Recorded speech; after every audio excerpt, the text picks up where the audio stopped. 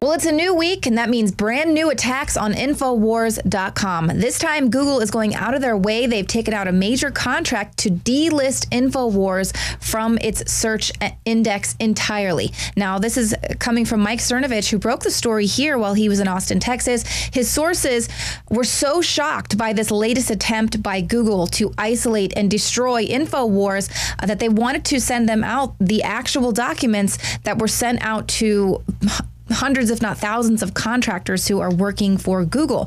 So they've hired these contractors to remove Infowars.com from its search engines. All these contractors have been instructed to actively rate Infowars as a low quality and untrusted site. Of course, this is going to have the effect. They're not going to outright ban us using this technique, but this is a new way that they can game their algorithm so that Infowars articles will start to slowly fall off the front few pages, if not go all the way to the tail end of the Google searches, because people will no longer link on them if they are rated as an uncredible source.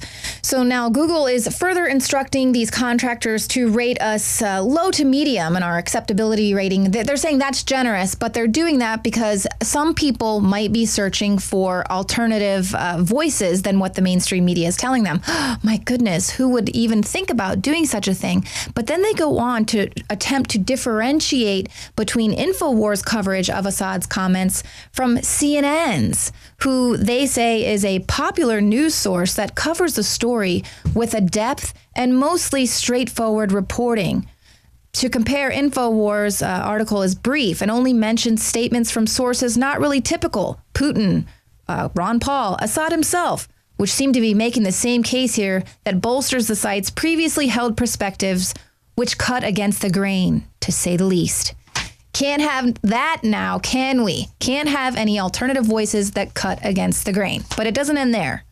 So basically now they're wanting to go out of their way to ban us entirely, all because we said, hey, wait a minute, let's not drop bombs on Syria right away without getting an independent investigation. This has all the markings of a false flag attack, or as we pointed out, it's not as if this didn't actually happen, but that it would be used politically regardless of who actually launched these chemical weapons, because there was no independent investigation. We just immediately went in with the airstrike there.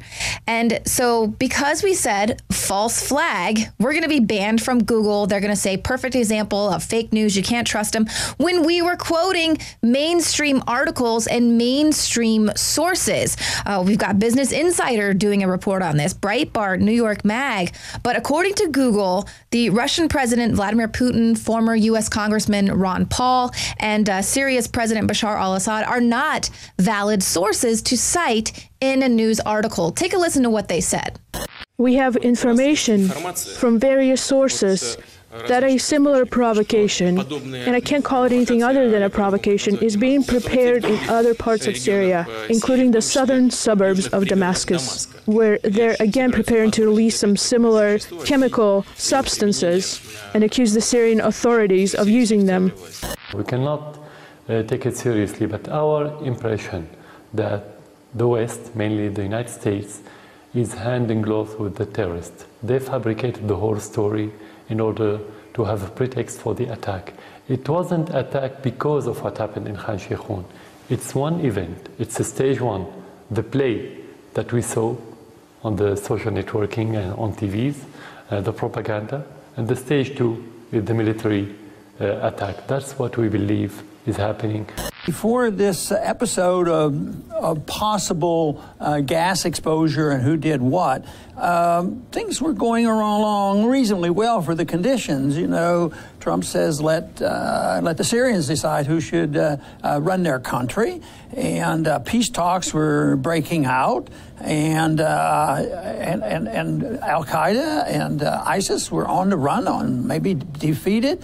So it was like, you know, in spite of their problems with this foreign policy, it looked like there was some benefit, but it looks like maybe somebody didn't like that, so there had to be an episode. And the blame now is that we can't let that happen because it looks like it might benefit Assad. So Assad, they claim, now went and released gas to kill a bunch of people.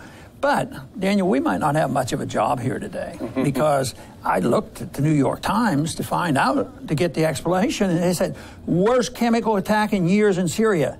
U.S. blames Assad. So it's all over and done with. But now we're being told that we're crazy, we're fake news for just not immediately buying into the narrative that's being pushed by the president and now the mainstream media. The mainstream media who just a week, 2 weeks ago, was saying President Trump was a Russian agent and we must resist and we can't trust him at all. And now all of a sudden they're fully behind him. Now that he's going to go to war, they're behind him without asking any questions. So that's pretty incredible to see happening in real time. But veteran and state representative Tulsi Gabbard is also coming under fire for saying we need to be a little bit more patient. And yes, I am skeptical. She is skeptical that Syrian President Bashar al-Assad authorized the use of chemical weapons. Again, it's the timing. Well, Wolf, I remind you about what happened before we launched an invasion and occupation of Iraq. Then Colin Powell and many others within the administration came to Congress and came to the UN claiming they had the evidence proving that Saddam Hussein had weapons of mass destruction. We launched a completely destructive, counterproductive war based on that intelligence, which has now, years later, proven to be wrong. So yes, I'm skeptical. And now we have jihadists and terror groups that are actually going to seize upon the fact that they can now just produce a chemical weapons attack or stage an event, and President Trump is going to be quick to act with no investigation needed. As long as it serves them politically, they will go ahead and launch more of these propaganda videos. But now, even though this is a targeted takeout by Google, this censorship there is not an isolated incident. They have been gaming the algorithms for quite some time. As we've pointed out, they've been gaming our view count on YouTube.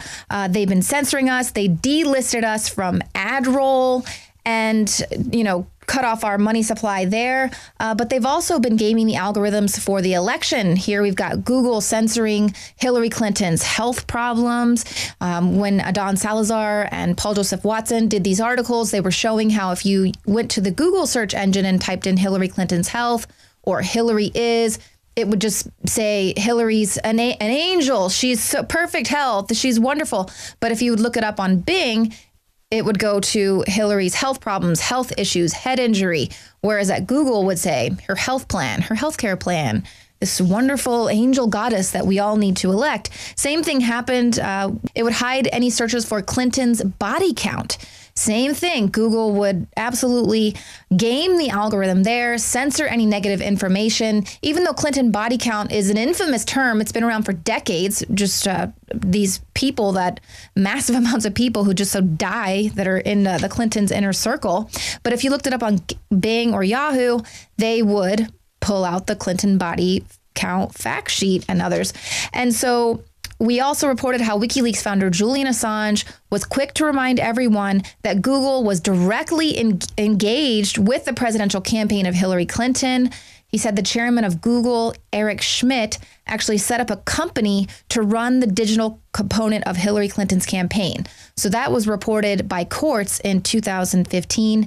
They said an under-the-radar startup known as The Groundwork was funded by Schmidt to ensure that Clinton has the engineering talent needed to win the election. So we can see Google has absolutely been politicized. They've been compromised. They are now part of the deep state. So they want to take out anyone who is an enemy of the state, enemy of Google and George Soros. And they're wanting to build this empire to go ahead and control the internet. They want to take anyone out who is going to expose that plan. They've been politicized, and now they are weaponizing their algorithms, their seemingly innocent search results. So they're going to start with InfoWars, but believe me, folks, if they can take out InfoWars, take down Alex Jones, free speech and free and open internet is done for everyone. We've already shown you how they're starting to censor a lot of conservative outlets, a lot of conservative voices out there, but now they're actually starting to censor conservative comments. So you're not even allowed to think anything and then comment about an article on the internet. Google is actually now rating your conservative comments. Kit Daniel is reporting that. But we've also now reported how Google and George Soros are funding net neutrality groups to control the internet. They want to censor Infowars.com. $72 million have been spent since 2006 to control the internet under the guise of net neutrality. Ajit Pai, who's actually sat on the board there, he's really trying to fight against this to say, look, this is not about keeping it free and open for everyone. This is so that they can control the internet and censor groups that they do not like. That's what it's really about. They'll be the ones who are in charge.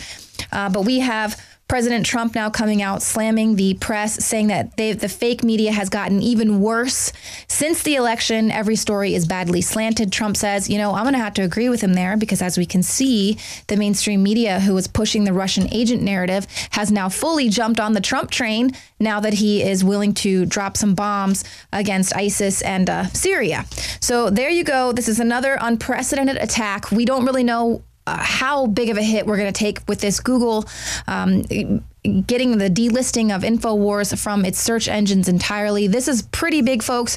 We need your support more now than ever. You can go to the InfoWars store, help us by buying the products that we sell. Oh, how dare we sell these products that are getting 4- and 5-star ratings from everyone. But that is how we are going to fund the InfoWar. That's how we're going to fight against this. And as always, share these links, share the articles, share the videos, get the information out there as much as you possibly can before they shut it all down for everyone.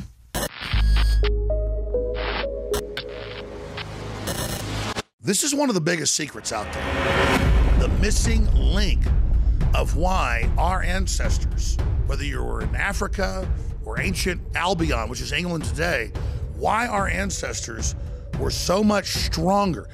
I mean, there are huge archaeological reports, all sorts of anthropology studies, you can look them up for yourself, that show that humans, just an average farmer of 10,000 years ago in England, was stronger than Olympic athletes today. In the final equation, everyone knows our modern society has lost its vitality.